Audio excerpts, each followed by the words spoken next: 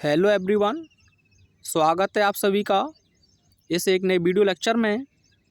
आज मैं आप लोगों को इस वीडियो में 2024 में जो इंग्लिश क्वेश्चन पेपर हुआ है यूपी बोर्ड क्लास 12 के अंतर्गत 316 DX, इस क्वेश्चन पेपर में सेक्शन सी में क्वेश्चन नंबर 4 के अंतर्गत एक क्वेश्चन आपसे पूछा है, which of the following sentences is oblique are correct.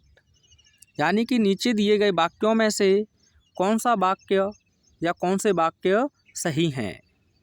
तो इसमें आपका फर्स्ट ऑप्शन है, आई नो द बॉय, मैं उस लड़के को जानता हूँ, हुम यू टीच, यानी कि जिसे आप पढ़ाते हो। तो यह सेंटेंस साथियों बिल्कुल सही है, क्योंकि बॉय उसके लिए आप ऑब्जेक्टिव केस ही लिखेंगे तो प्रोनाउन हुम बिल्कुल सही लिखा हुआ है।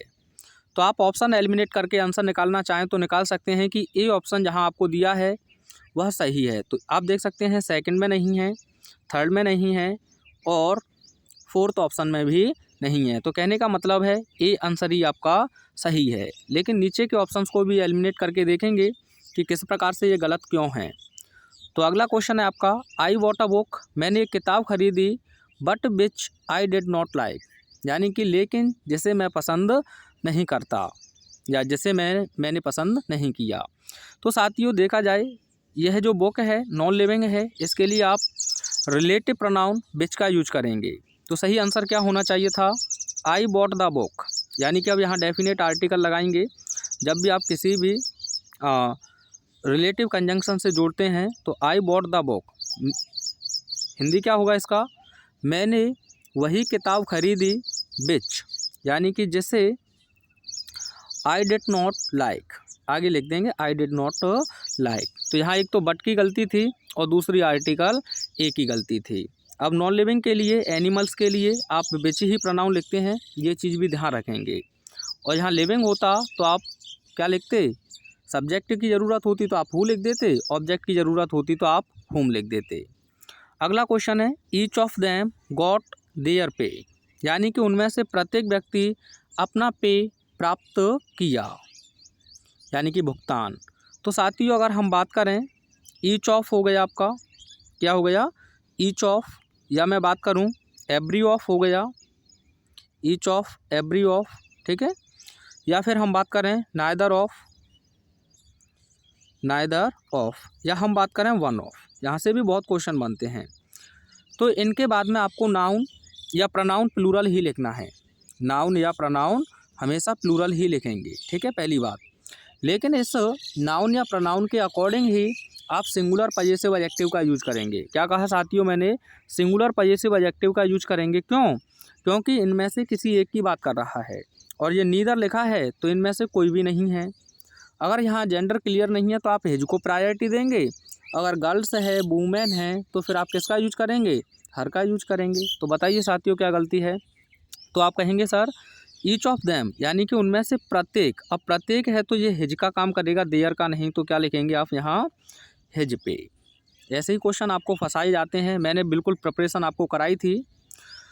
Much books should not be read, यानी कि बहुत सी किताबें पढ़ी नहीं जानी चाहिए। अब साथियों बात करें तो अब मच और मैनी में डिफरेंस मैंने कई बार आपको बताया था, मच मैनी, और एक वर्ड और लिख लेते हैं मैनी, ए ऑब्लिक एन, तैयार रहना है आपको आगे के लिए, ठीक है। तो मच की बात करें तो साथियों अनकाउंटेबल नाउन के साथ यूज करते हैं, किसके साथ यूज करते हैं, अनकाउंटेबल नाउन के साथ, जैसे कि मच वाटर, बिल्कुल सही है, कोई दिक्कत नहीं है, ठीक है।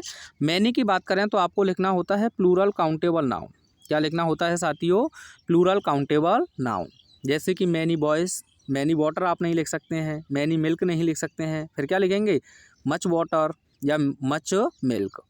मैनी ए या एन की बात करें साथियों तो इसके बाद सिंगुलर काउंटेबल नाउन लिखा जाएगा आपका, क्या लिखा जाएगा, सिंगुलर काउंटेबल नाउन, और हेल्पिंग वर्ब भी सिंगुलर आएगी। तो ये कॉम्पिटिटिव एग्जाम के फेवरेट क्वेश्चंस हैं और जो एग्जामिनर है उसकी मैं तारीफ़ करूंगा कि उसने बहुत अच्छे लेवल का क्वेश्चन पेपर आपको बनाकर दिया है।